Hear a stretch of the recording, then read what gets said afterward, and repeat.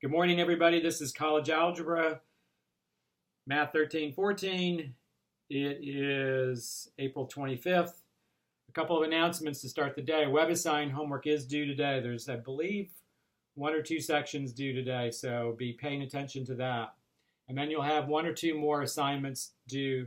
I believe just one more assignment due, and then WebAssign is over with for the semester. Yay! Exam 3. The grades, I'm hoping, will be posted by Sunday. I don't have all the exams yet, but I will be getting them in the next day or two. And so I will hopefully have those posted by Sunday. And as usual, I will put up a remind message to let you know that I've posted Exam 3 grades. So just so that you know that. All right, the final exam review is posted on your Google site. I posted that last week. All the problems on that exam review, either the answers are there or actually worked out solutions. It's kind of a mixture of those. Most of them are worked out solutions, but not quite all of them.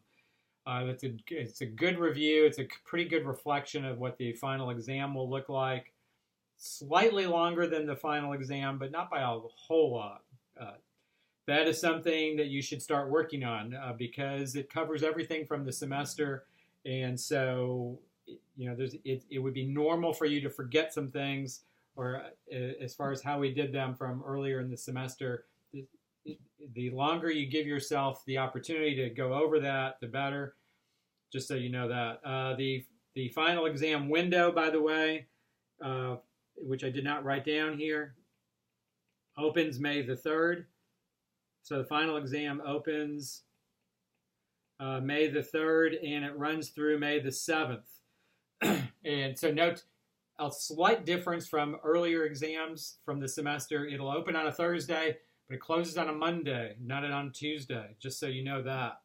So I need to get plenty of time to get the exams back so I can grade them in time to get everything posted, because I have to post grades by a certain date, and so I need to shut the final exam window down on a Monday. So please make note of that. Online office hours the rest of this week by appointment only, and I was talking to Anne-Marie a few minutes ago about this. My intent, I will not be on campus next week before the final exam, but I will have kind of like a college algebra help session for probably a couple of hours is what I'm thinking right now. That'll be on WebEx next Wednesday evening, maybe like from 8 to 10 or something like that. So that's something to kind of pay attention to, and that's my intent, is to run something like that next week. All right, so I will make a more detailed announcement of that later. All right, today we're going to talk about solving nonlinear systems using substitution and elimination, and then we're going to start the work that we need for the very last topic of the semester on 3x3 linear systems and solving those systems by using matrices, row operations with matrices, etc. The homework for 3x3 systems will be posted on your Google site. There's no WebAssign homework on that. I will not pick that homework up, but I do have some practice problems for you that would be good to look at going into the final exam. And I'll post the solutions to those also. Finally, the final exam will have a take-home problem. And let me mention that right now, and I will mention it again next week. But the very last material that we cover, the 3x3 linear systems, those problems are pretty lengthy. And so rather than giving you that problem on the final exam and having you work that on the final exam, I will give you that problem early. I'll give that to you next week, probably Monday or Tuesday of next week. And then you will have about a week to turn that problem in. And that will be literally a take-home problem for the final exam. So that problem will be on the final, but it will be something you will have done at home and turned into me. It'll be a 5-point question, and more details on that on Monday. All right, so we are moving into talking about nonlinear systems. We talked some last time about linear systems, and so our goal today is to talk about nonlinear systems. And so a nonlinear system, this would be an example right here. You have x plus y equals 4 and x squared plus y squared equals 9. Notice the x plus y equals 4 is a line. That's a linear equation, right? So this is linear right here. But x squared plus y squared equals 9 is not a first degree equation. That is what we call a nonlinear equation. And now I've identified it as a circle. And so the first thing I want to do is just a brief intro to nonlinear equations. So a brief intro, very brief intro to nonlinear equations. Now we've done a little bit with that, and you'll see what I'm talking about in a few minutes, but I want to mention a little bit more with that. First of all, if you have an equation that's in this form, x squared plus y squared equals a constant, and I'll just say c right now, x squared plus y squared equals c. That graph, if c is positive, if c is greater than or equal to 0, that graph is always going to be a circle centered at 0, 0. Not only that, but that constant actually tells you the radius of the circle.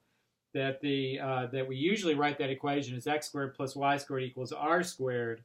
The center of that circle is at 0, 0, and r is the radius.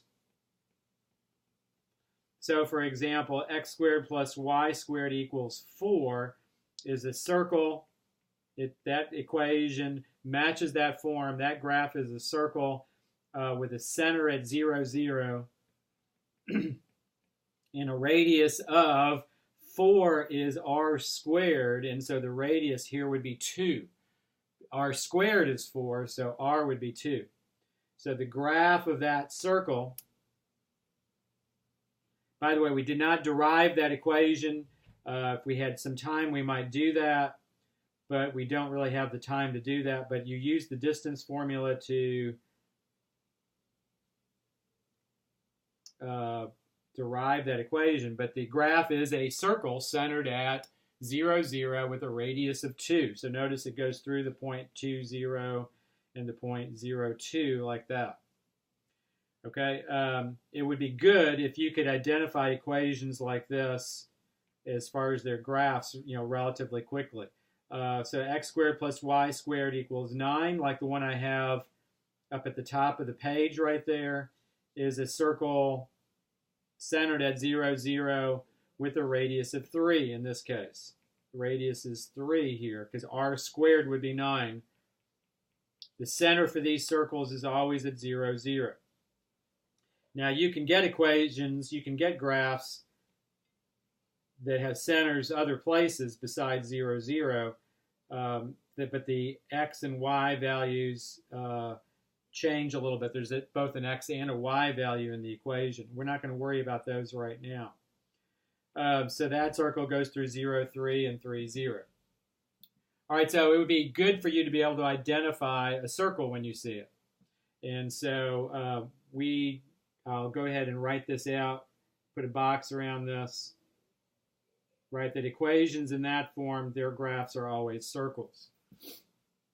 All right, let me go ahead and add in a page here. All right. Now, equations like this, ax squared plus by squared equals c, where notice the coefficients of the x squared and y squared, and notice one of them's an a and one of them's are b, right? If those are not equal to each other, a is not equal to b. If a was equal to b, it would be a circle. If a is not equal to b, this graph is an ellipse. And to graph the ellipse, all I would say is just simply graph the intercepts, and then you can get a sketch of the graph pretty easily. So this is centered at 0, 0. So if you had, for example, 9x squared plus 16y squared equals 144.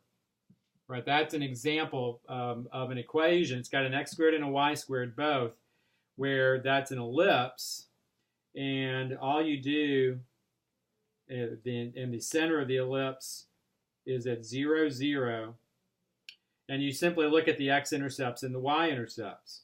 The x-intercept, substitute 0 for y, and so you get 9x squared equals 144. Divide by 9, you get x squared equals 16. You get x is plus or minus 4. So the x-intercepts are at 4, 0 and at negative 4, 0. And then the y-intercept, substitute 0 for x, and you get 16y squared equals 144. Y squared equals 9, and so y would be plus or minus 3. And so the two y-intercepts are at 0, 3, and 0, negative 3. See, and that gives you enough information to make a quick sketch of the ellipse. The ellipse is kind of, you know, some students will describe it as an oval. Some students will describe it as kind of like a squashed circle. You know, that's fine to think of it that way. So this has x-intercepts at 4 and negative 4, y-intercepts at 3 and negative 3, and then here's our ellipse. Notice an ellipse is one direction, it's wider than it is the other direction, right? And so that's an example of an ellipse right there. If you have ax squared minus by squared equals c, or by squared minus ax squared equals c, that graph is what we call a hyperbola. And that's also centered at 0, 0. And here I would look at the intercepts here also to see how to graph that. So for example, if you had 9x squared minus y squared equals 9, let's say, 9x squared minus y squared equals 9. That's an example of a hyperbola. And notice that there is no x-intercept, there is no y-intercepts. The x-intercept, if you substitute 0 for y, you get 9x squared equals 9. X squared is 1, so x is plus or minus 1. So you have x-intercepts at 1, 0 and negative 1, 0. The y-intercept on this graph, if you try to find the y-intercepts, you get negative y squared equals 9, or y squared equals negative 9. And notice when you take the square root there, that's imaginary, and so there are no, you get plus or minus 3i there, and so there are no y-intercepts. So this is a graph that has x-intercepts but no y-intercepts. And you get a graph that kind of looks like this. Now, there are more details to how you sketch a hyperbola. You could plot some points if you wanted to, but we're just going to make a very rough sketch here for now. Hyperbola has two branches to it. It never crosses the y-intercept, the y-axis, and so you have branches that look like that for this particular graph, and you get x-intercepts but no y-intercepts. The graph could also open up and down, in which case it would have y-intercepts and no x-intercepts. All right, so I wanted to make kind of a brief introduction here to talking about ellipses. There's ellipses right there, and hyperbolas also. So some general things about second degree nonlinear equations that are helpful to know when you're solving a system. You don't absolutely have to know this, but it's helpful to know that's going into the problem. All right, so here's a typical nonlinear system right here. You have x squared plus y squared equals 9 and y equals x. So now y equals x is linear. That graph is a line. X squared plus y squared equals 9. That's the type of graph we just talked about. And that is nonlinear. So this is a nonlinear system. And that is a circle centered at 0, 0 with a radius of 3. Right? The center is at 0, 0, and the radius is 3. So you're talking about where a line and a circle intersect each other. And if you think about that for a second, a line and a circle, just in general, if you're talking about how many possible solutions there are to this system, and this is why it's helpful to know what graphs you're talking about. You know, if you've got a circle and you have a line, well, what could happen? The line could intersect the circle twice, in which case there'd be 2 solutions, right? Because the line intersects the circle twice. It could intersect once, in which case there would be one solution. Or it might not intersect at all, in which case you'd have 0 solutions. Right, and so that's the possibilities, and it's helpful to know that going into the problem. It's not absolutely essential, but it's definitely helpful. Okay, now to solve this system, one method that we can use is called substitution. With substitution, we make sure that one of the equations is solved for a variable. Solve one equation for a variable. So for x or y, it doesn't have to be one or the other. It's just one of them. And so in our first equation, y equals x. Let's already solve for y, right? And it's also solved for x, but I'll just say solve for y because it's already y equals. So that's good. And so now you substitute into the other equation. So x squared plus y squared equals 9. And in place of y, we go ahead and substitute x. And so you get x squared plus x squared equals 9. Right? X goes in place of the y right there. And you get x squared plus x squared equals 9. And so when you do that, when you make the substitution, so I substitute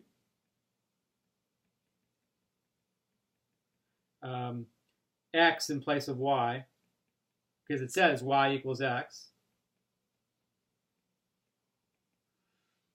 All right, so there's my substitution, and so that's why I've got the equation x squared plus x squared equals 9, and notice that equation only has one variable in it. So now you solve that for x. Now, x squared plus x squared, remember, that's not x to the 4th. Please don't write x to the 4th there. This is 2x squared equals 9. And so you get x squared equals 9 halves. And then you can actually solve that using the square root method. And you just take the square root of both sides. You get plus or minus 3 over the square root of 2. And by the way, it would be more than fine if you left it as 3 over the square root of 2. Or you could rationalize it by multiplying by the square root of 2 over the square root of 2. In WebAssign, that's what they would do, probably. And so you get 3 square root of 2 over 2. And you get plus or minus 3 square root of 2 over 2. All right, and so now you find y. And to find y, all I have to do is use the equation y equals x. Right, and I know that x is plus or minus the square root of 3 over 2, so you get that that's what y is also, right? When x is the square root of 3 over 2, that's what y is going to be equal to also. And so you get 2 points of intersection. You get 3 square root of 2 over 2, 3 square root of 2 over 2. Or you get negative 3 square root of 2 over 2 and negative 3 square root of 2 over 2. It makes sense that this graph or this problem would have 2 solutions. We talked about that at the beginning of the problem. Now 3 square root of 2 over 2, let's see, let's get a decimal for that. So let me get my calculator out here really quickly, so we can estimate this, and then we'll look at the graph and see if this makes sense. So you have 3 square root of 2 divided by 2. and I get about 2.12. So that's where our solutions are, at about 2.12, 2.12, and also at negative 2.12, negative 2.12. So let's see if that makes sense. Let's make a very rough sketch over here. We have enough information to make a rough sketch of this graph. And so let's see, we've got the circle is a circle of radius 3 centered at the origin. So here's our circle. Try to make at least a sort of decent attempt at drawing a circle here. Not horrible, maybe not the best circle in the world, but not horrible. Let me erase that one little part right there. Okay, maybe a little bit better. And then we've got y equals x. That's easier. That's a line where y and x are equal to each other. And we get a line like that. Okay, so now look at the points we got. We got 2.1, 2.1. And notice that matches up really closely with that point right there. And then negative 2.1, negative 2.1 matches up really closely to that point right there. And so the graph suggests or fits in really well with the algebra that we wrote out right here. That's why it's helpful to have a graph, or at least a rough sketch of the graph, to see if what you're writing down actually makes sense. All right, let's look at another system, another nonlinear system. In this case, we've got x squared plus y squared equals 9, and y equals 3 minus x squared.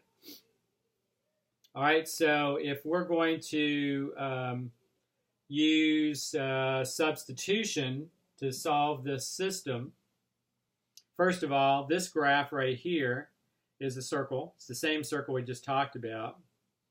This graph we've actually already talked about earlier in the semester. This is one nonlinear equation we talked about extensively. This is a parabola, right, that opens downward, because you could write this equation as y equals negative x squared plus 3 if you wanted to. That's a parabola that opens down with a vertex up there at 0, 3. It's been shifted up 3 units. So this is a parabola right here. So we're talking about a circle and a parabola and how they intersect. Again, not a bad thing here to make a rough sketch of this and see if we can tell what's going on in this problem. Again, and I've mentioned this several times now, is this something that would be required? No. You could get by without the graph completely, but the graph is certainly helpful because it certainly gives you graphical evidence that what you're doing algebraically is correct. So it's a nice way to kind of check yourself. So there's the circle, radius 3, centered at 0, 0. The parabola has a vertex here at 0, 3. So right away I get a point of intersection there. And you can just plot a few points on this parabola from there, and you get a parabola that opens down and kind of goes through these points like this. And so if you notice, this suggests strongly that we've got 3 points of intersection. Now one of them we can actually, let me try that one more time here. There we go, a little bit better maybe. So it suggests 3 points of intersection. One we could read from the graph. We definitely have a solution here at 0, 3, but we get 2 more solutions sitting down here. And what those are is a good question. We have maybe some decimal estimates off of the graph here. So let's see if we can solve this algebraically and actually find those points. See if we can make this work out. All right, so you could use substitution here to solve this system. So let's see, and I'm actually going to do this in a different color here. So let's use substitution. So now what you want to do is you want to have one equation solved for a variable, but the second equation is already solved for y. This is solved for y already because it's y equals. So what we're going to do is we're going to take that expression and we're going to substitute it into the other equation in place of y. So in place of y, I'm going to put 3 minus x squared. So this is going to be x squared plus, and instead of y squared, I am substituting 3 minus x squared. So you have 3 minus x squared, like that, equals 9. And so notice in place of the y, I put 3 minus x squared. Now this is looks like kind of ugly and intimidating here. You're going to square 3 minus x squared. And remember, if you have trouble with that, that's really just 3 minus x squared times 3 minus x squared. And so that's 9 minus 6x squared plus x to the 4th. Yuck, and that's equal to 9. Now the x to the 4th could be kind of scary here, so we'll see if we can get around that. So let's see, I've got an x to the 4th minus 5x squared plus 9 equals 9. And the good news here is that the 9's subtract out. And so you have x to the 4th minus 5x squared equals 0. That makes it much easier to solve. So you could factor out an x squared, and that leaves you with x squared minus 5 equals 0. And so that gives you x squared equals 0, and x squared minus 5 equals 0. So that just gives you x equals 0. And then you get x squared equals 5, or x equals plus or minus the square root of 5. Now when x is 0, you can solve the system now by just taking these x values that you've got and substituting them into that parabola, into y equals 3 minus x squared. So you substitute x equals 0 there, and notice that gives you y equals 3, and there's one point of intersection, 0, 3. The other point of intersection, also use y equals 3 minus x squared, and you substitute square root of 5 in there in place of x, and so you get y equals 3 minus, and notice it doesn't matter whether you substitute square root of 5 or negative square root of 5 in there, you're going to get the same answer. You get y equals 3 minus 5, or negative 2. So you get two more points of intersection. You get square root of 5, negative 2, and you get negative square root of 5, negative 2. And that looks pretty good with my graph. I made a really rough sketch, but the square root of 5 is a little bit bigger than 2 and a little bit less than negative 2, and that fits the graph. And then the y values of negative 2 look pretty close to what I have right here. So that fits in really well with my graph. So here's negative 5, negative 2 right here, and this would be positive square root of 5, negative 2 here. So that fits in pretty well with the graph right there. All right, so we have solved two problems here by substitution. Go back to the previous one right here. We solved one equation for a variable, substitute into the other equation. Same here, solve the equation, one of the equations for a variable, substitute into the other equation.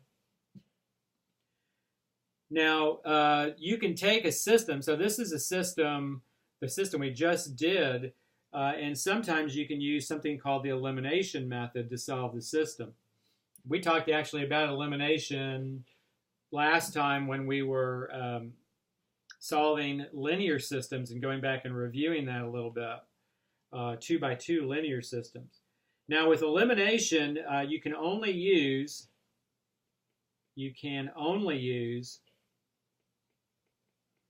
if you have like terms between the equations. Now notice in my problem here, this x squared plus y squared equals 9 and y equals 3 minus x squared, the x squares are like terms. So the x squares are like terms between the two equations. So I can probably use elimination. instead of substitution. So we're going to solve the same system, but we're going to do this problem by elimination and kind of compare the two. So what you do is you first line up like terms. So in our system, x squared plus y squared equals 9, and y equals 3 minus x squared. We want to line up the x squares. And so I add x squared in that second equation. So I get x squared plus y equals 3, like that. So notice I just added the x squared to both sides of this equation. Add x squared there, add x squared there.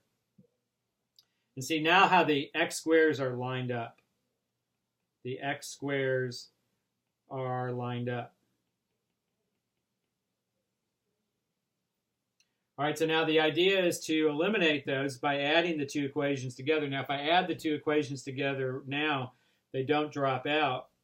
So what I do is I take that second equation and I multiply it by -1.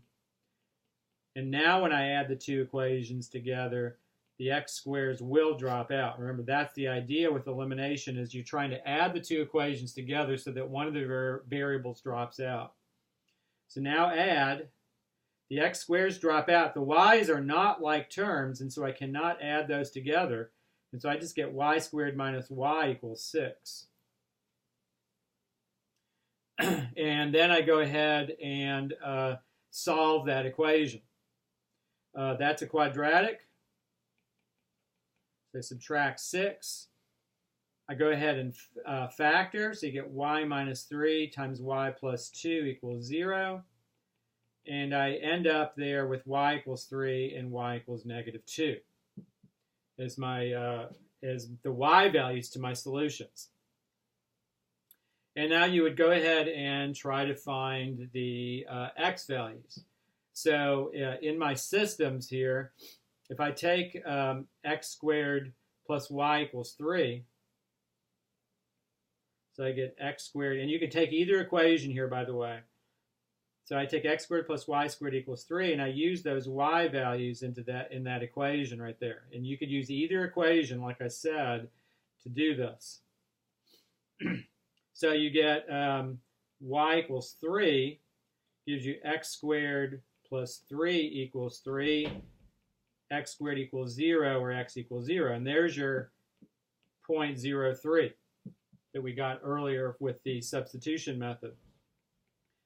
And then if you use y equals -2, you get x squared minus 2 equals 3, x squared equals 5, x equals plus or minus the square root of 5. And there is my other solutions, square root of 5, -2, and negative square root of 5, -2. So notice you get the same solutions here. Now, comparing the two, I'm not sure, which one is easier. Probably this problem right here, since I got an x to the 4th, the reason why I was lucky here is because the 9 subtracted out in this step here, and I was able to factor easily with a GCF of x squared. If that had not happened, that might have been a much harder method to use. And that did not happen here with the elimination method. And so maybe elimination might have been a little bit easier here, possibly. With nonlinear systems, you need to know both methods, because sometimes you can use one, sometimes you can use the other, sometimes you can use both. All right, so now look at this system right here. You have x squared plus y squared equals 25.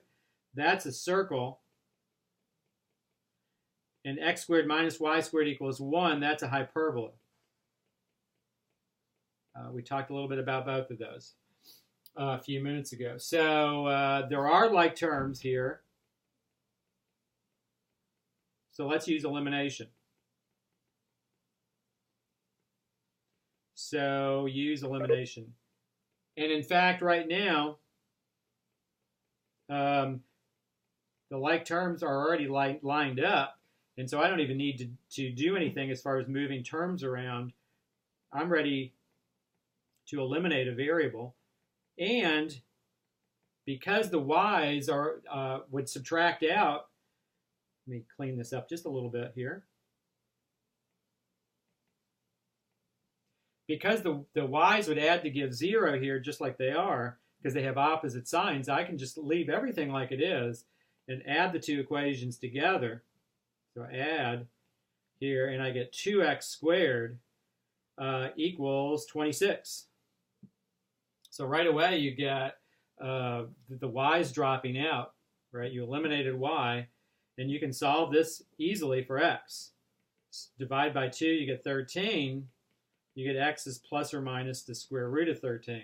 And so very quickly, you get the x values for the solutions to this system. And then you use either of these equations. So let's see, let's use x squared plus y squared equals 25. So you get x equals the square root of 13. So you get the square root of 13, square root of 13 squared plus y squared equals 25. Square root of 13 squared is just 13, so that's good. So you get 13 plus y squared equals 25. You get y squared equals 12, and then take the square root, and you get y equals plus or minus the square root of 12, or plus or minus 2 times the square root of 3. And so you end up with the square root of 13 and two solutions there. Positive 2 square root of 3. So there's one solution. And you get square root of 13, negative 2 square root of 3 also. So you get 2 points. All right, so if you use negative square root of 13 here, notice that the exact same thing happens. You put negative square root of 13 in place of x squared there. And it doesn't matter whether it's negative square root of 13 or positive square root of 13. You end up with 13 either way.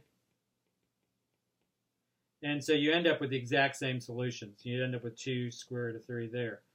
And so you get negative square root of 13, 2 square root of 3, and you get negative square root of 13, negative 2 square root of 3. So kind of a complicated solution set here. You get 4 solutions to this inequality. What ends up happening here, I'm going to make an incredibly rough sketch here, but what happens is you get this circle with a radius of 5. So pretend this is a radius of 5. We can make the scale fit that with no problem. And then you've got a hyperbola that has intercepts here at 1. And so you have a hyperbola that has branches like this. And notice that the 4 kind of symmetric points of intersection make sense in the context of this problem. That's what we found right here. Again, something you wouldn't have had to have known, but it was helpful to know that. All right, so now let's look at one last problem with nonlinear systems, and then we're going to start looking at 3x3 systems for the last 15 minutes of class or so. And this system, I've got negative x squared plus y equals 2. That's a parabola. You know, you could add x squared to both sides, and you get y equals x squared plus 2. That's a parabola that's been shifted up 2 units. And then the other equation's a line. So this is a nonlinear system right here. And I'm actually going to compare the two methods side by side. So we'll use substitution and we'll use elimination. We can use elimination because there are some like terms in the two equations because the y's are like terms. All right, so let's see. We'll do these in different colors too so they kind of stand out as being separate. So we've got this system, negative x squared plus y equals 2, and negative 4x plus y equals negative 1. So now remember what you have to do here is you have to first go ahead and solve one of the equations for a variable. And it doesn't really matter how you go about doing this. I could solve for y in either one of those two equations. So if I took the second equation and I solved it for y, I'd get y equals 4x minus 1, right? I just add 4x to both sides of the equation, and I get y equals 4x minus 1. So now you substitute into the other equation. So let's see, let's write that down. You got y equals 4x minus 1. I'm going to write the other equation down, which is negative x squared plus y equals 2. And so in place of y, I substitute 4x minus 1. So that gives me negative x squared plus 4x minus 1 instead of y equals 2. And notice that does give you an equation that involves just one variable. Now what I would do here is I'd subtract 2 from both sides. It gives me negative x squared plus 4x minus 3 equals 0. And I don't really like the negative x squared, so I'll multiply everything by negative 1. And that gives me x squared minus 4x plus 3 equals 0. And so that gives you x minus 3 times x minus 1 equals 0. The factors relatively easily. And this works out pretty nicely here at the end, and you end up with x equals 3 and x equals 1. And then at this point, you use either the equation. So I'll use y equals 4x minus 1. And when x is 3, you get y equals 4 times 3 minus 1, which is y equals 11. And so you get a point of intersection at 3, 11. And then you use y equals 4x minus 1 again. And you use x equals 1, and you get y equals 4 times 1 minus 1. And that gives you y equals 3. And so you get the point of intersection at 1, 3. So you get 2 points of intersection, one at 3, 11, and one at 1, 3. All right, so let's, like I said, let's do this second part of the problem here in a different color so they kind of stand out. So now I'm going to use elimination. I can use elimination because there are like terms between the two equations. The y's are like terms. And so what I do here is I'll take one of the equations and I'll multiply it by negative 1 so that when I add the equations together, the y's drop out. I always write the whole system down again. So notice I took the second equation and I multiplied it by negative 1. And I get positive 4x minus y equals 1. And so notice the y's were lined up, and those are like terms. And so when I add these equations together, those drop out. And I get negative x squared plus 4x equals 3 when I add the two equations together. And so notice that what happens here, you subtract 3, you get negative x squared plus 4x minus 3 equals 0. And sure enough, we have the exact same equation we had right there. And so now the problem works the same from there. So different way of doing the problem. You know, in both cases, what we're trying to do is get an equation that has just one variable in it. One way is to take one equation and substitute it into the other equation. The other way is to add the two equations together and get one of the like terms to drop out. Either way, you're trying to get an equation that involves just one variable. All right, if you want to, you can certainly graph this to see that this makes sense, the problem that we have here. And I think what I'm going to do, because 311, I'm going to have a hard time fitting that one in. Let's see, I still might be able to sort of do that. Any practice we get graphing is not bad practice either, because you know, you see a lot of graphing on the final exam, and so it's always good to have some practice graphing here. All right, so we've got this parabola y equals x squared plus 2 goes through 0, 2, and we could plot a few more points, and we get a parabola that kind of looks like this. Let's see. At 3, you have 11 there. So you get, let's see, so that's 1, 2, 3, 4, 5, 6, 7, 8, 9, 10, 11. So 3 11's way up here, negative 3 11's way up here. So there's my parabola. Plotted quite a few points, but we knew that the graph was going to be a parabola with a vertex at 0, 2, because this is a graph. We know that this is the basic square function shifted up 2 units. So there's my parabola right there.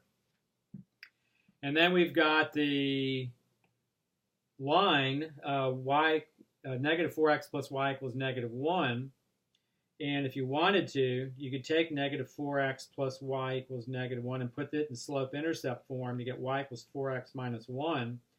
So you know that this graph has an intercept here at 0, negative 1. And then if you go over 1, the slope is 4. You go up 4 each time. And so you get this point right here, this point over here, and you get this line that looks like this, kind of a steep line right here. But there's my line. And notice you do get the 2 points of intersection that we just found. You get the point of intersection at 1, 3, and you get the other one at 3, 11. So this does make sense. What we found algebraically and the graph that we got coincide really well. All right, so you will have a couple of nonlinear systems. You'll have a nonlinear system or two on your final exam. There's a couple on your review, one to solve by substitution, one to solve by elimination. So expect at least one problem, possibly 2 problems on this going into on the final exam. Do you have to sketch these graphs? Absolutely not. But if you do have some idea what the graphs are when you start the problem, it's helpful probably. All right, and so now we finish our discussion on systems. So we did a review of 2x2 linear systems, right? So if you're talking about systems of equations,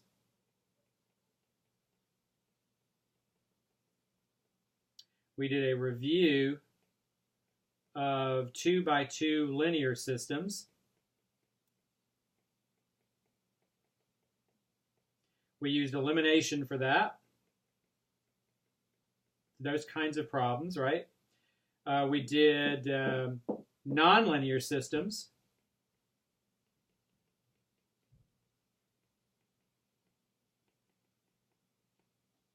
And we looked at elimination and substitution.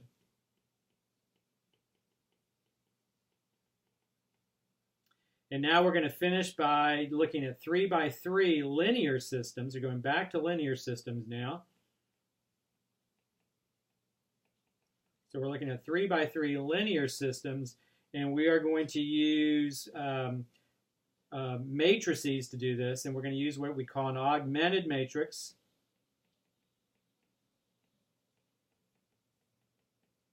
To solve this type of system. And we're going to use something called Gaussian, sounds very complicated, Gaussian elimination to solve this system. Those things kind of fit together, augmented matrix and what we call Gaussian elimination or Gaussian reduction.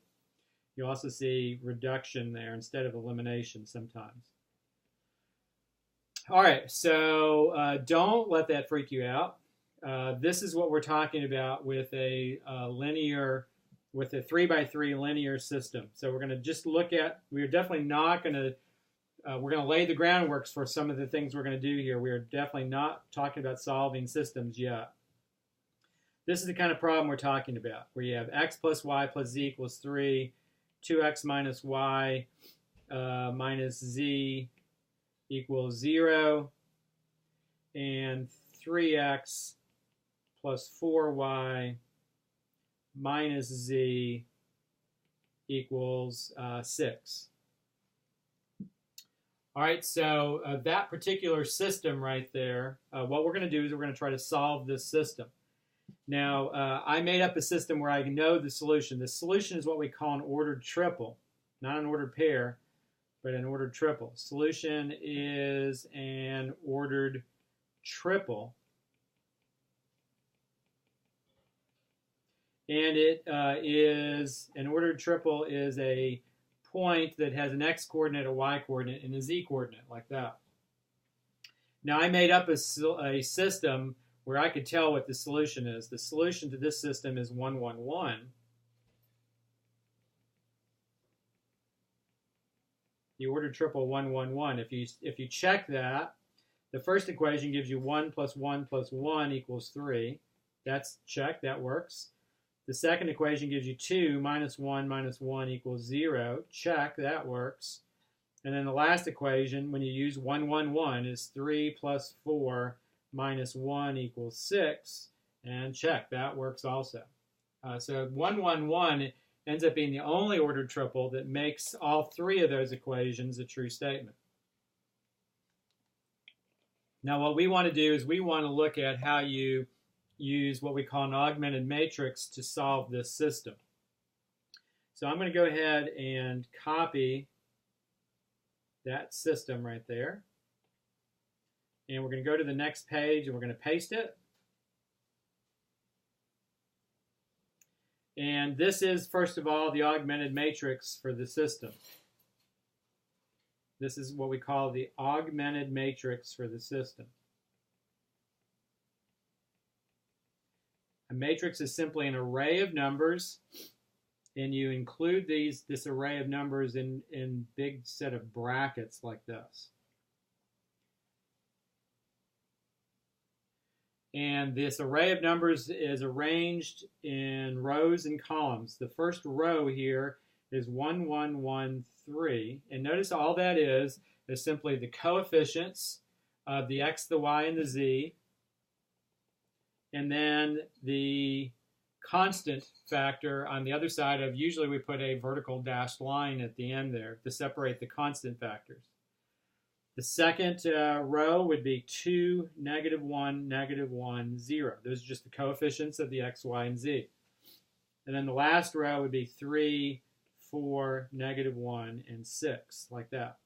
So notice the columns represent the variables. So the x's are the first column, the y's are the second column, the z's are the third column. It's an augmented matrix because there is a fourth column that's the constant terms. These are the constants over here. And then also notice that each row, so those are the columns, each row are simply equations, right? So this is equation 1 is the first row, equation 2 is the second row, and equation 3 is the third row, like that. Right, so it's arranged in rows and columns. There's 3 rows and 4 columns. So 3 rows, 4 columns.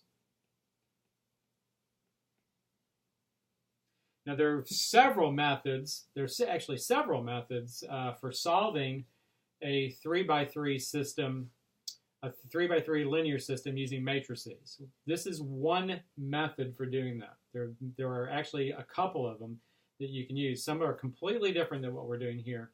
Some are just variations in what we're doing here. But this is the only one we're going to cover, and it's using an augmented matrix in Gaussian elimination to solve the system. Now, the next thing you have to know is you have to be able to identify a matrix like this that's in what we call triangular form. Now, triangular form looks like this.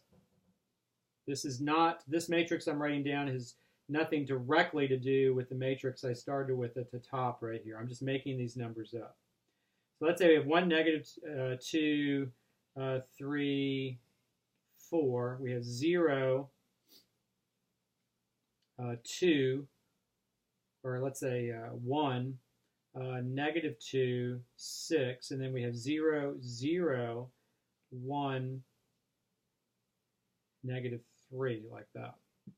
Now this is what we call triangular form, and it's called triangular form obviously because we've got these zeros are kind of arranged in a triangle like that. But if you look at the associated system, to this matrix looks like this. It's x minus 2y plus 3z equals 4. The second equation, because that first term is a 0, means there is no x in that second equation, and you just get y minus 2z equals 6. And then the last equation, because there's no x and there's no y, right? Because there's zeros in the first two entries, you just get z equals negative 3. And notice that this is a system you can actually solve this system. The method for solving this is called back substitution. Back substitution. And back substitution kind of goes like this. Notice that the last equation gives you z. Z is negative 3. Put a box around it. The middle equation there, well, now that we know z, we can find y. Because you have y minus 2 times negative 3 equals 6. So you have y plus 6 equals 6, or y equals 0. And so you get the y value. And then the first equation, now that we have y and z, gives me x. So you get x minus 2 times 0 plus 3 times negative 3 equals 4. So that gives you x minus 9 equals 4, because the 2 times 0 is 0. And so you add 9 and you get x equals 13. And so you get the solution to this system to be the ordered triple 13, 0, negative 3. Like that. So the idea here is that if you have a system in triangular form, then you can solve the system using back substitution. So that's the process, is you start with a matrix, start with an augmented matrix. So that's our first step. You take the system, you write it as an augmented matrix. The second step, this is the hard part, is you use row operations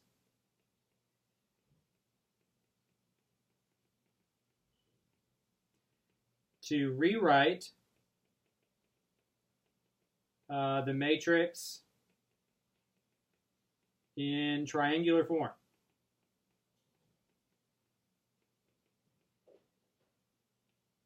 And then the third step is you use back substitution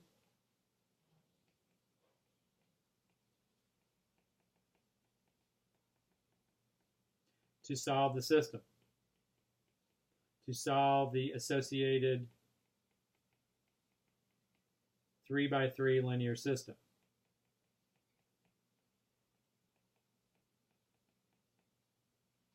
And so the big thing here in this method, so the method is relatively straightforward, except for number 2, because it uses a terminology that we're not sure what that means, and that is row operations. So that's the question, is what row operations are allowed, and how are they used? How are they used to rewrite the system in triangular form?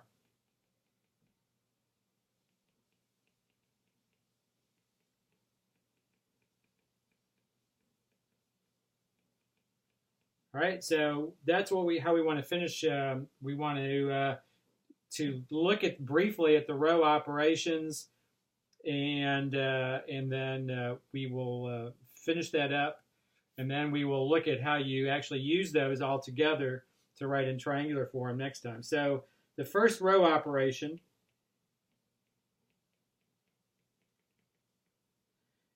goes like this. And this is the way we write it. There's certain terminology I'm going to want you to use with row operations. What you're allowed to use is you're allowed to interchange rows.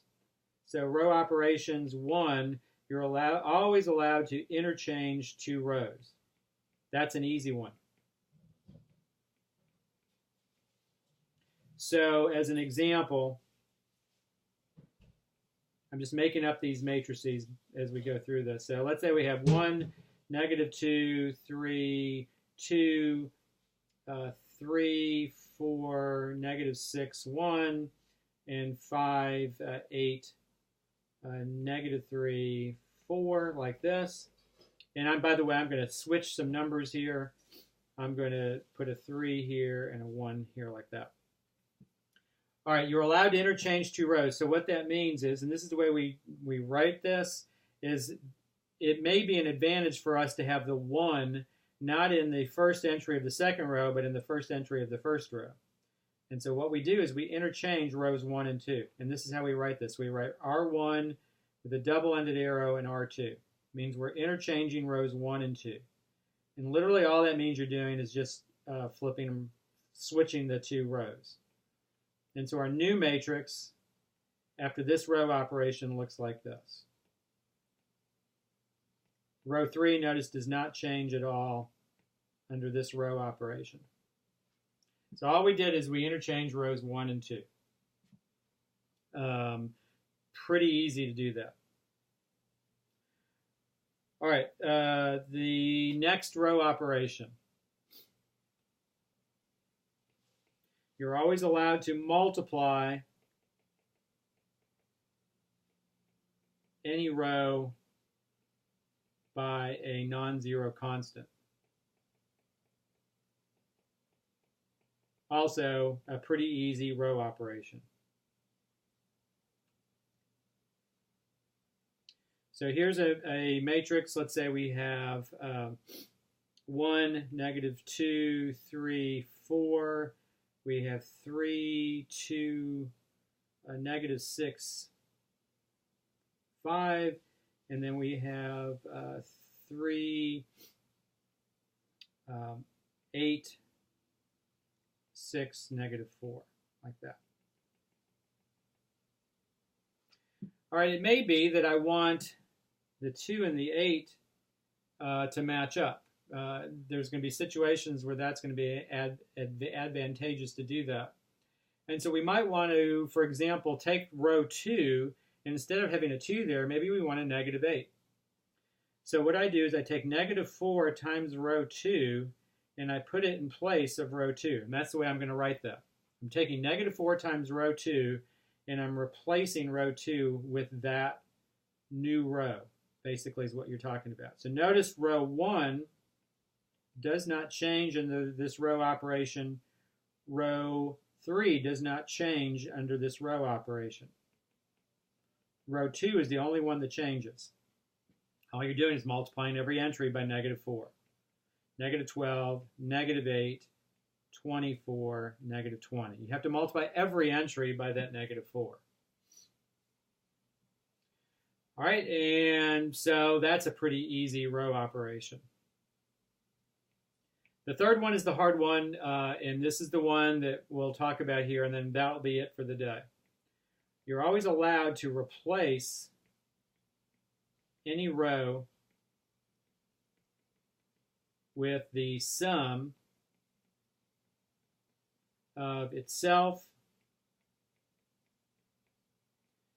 and a multiple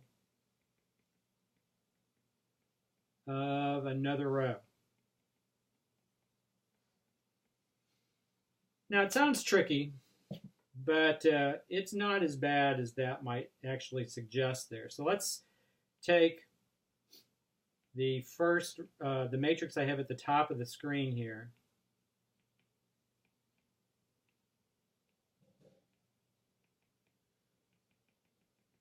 And let's look at that row operation. Now, what I can do here is I can actually get a 0 in this entry right here. And that's what I want, is I want a 0 right there. And I can actually use a multiple of row 1 to do that. What I'm going to do is I am going to go ahead and change row 2. What I'm going to do is I'm going to take negative 3 times every entry in row 1, and I'm going to add it to the entry in row 2, and I'm putting that in place of row 2. So what I'm doing is I'm replacing row 2 with the sum of itself, there's row 2 right there, and a multiple of row 1. So what we're doing here is we're taking every entry in row 1 and we're multiplying it by -3 and we're adding it to the entry in row 2. Row 1 itself does not change. The only row that is changing in this row operation is row 2. And I'm taking -3 times the entry in row 1 and adding it to the entry in row 2. So you could actually do, what you're doing is you're taking -3 times 1. So you're multiplying by -3 here. You're multiplying by -3 here and adding. Multiplying by -3 here and adding. And finally, you're multiplying by -3 and adding, like that. So the new entry here, the new entry in row 2, -3 times 1 is -3. Added to 3 would be 0. -3 times -2 would be 6. Added to 2 would be 8. -3 times 3 would be -9. Added to -6 would be -15. And then finally, -3 times 4 would be -12. Added to 5 would be -7. And that would be my new row 2 right there. Right? And what did I do? I used this row operation to do that. Replace any row with the sum of itself and a multiple of another row. All right, now I will put the homework for the matrix stuff, the homework for row operations and using matrices to solve systems. And using matrices to solve systems. I'll go ahead and put that up on your Google site this morning. So on the Google site this morning. And that will go in the section on exam reviews. So it's in exam reviews. And I'll make a note of it so you can kind of find it in there also. So that'll give you some practice there with row operations. I'll put the solutions for that up over eventually. All right, so now remember that office hours this week, online office hours. So online office hours by appointment only. I will make appointments, so please don't hesitate if you want to try to get in touch with me and meet with me about something on the final exam review, on WebAssign homework, on this row operation homework, anything like that. I'll have no problem with that. And right now we're kind of tentatively talking about a final exam help session that'll be online, and it'll be probably Wednesday from 8 to 10 p.m. That's what I'm thinking right now. Wednesday, 8 to 10 p.m. All right, so please let me know if you have any questions. Everyone have a good week. And our last lecture will be next Monday.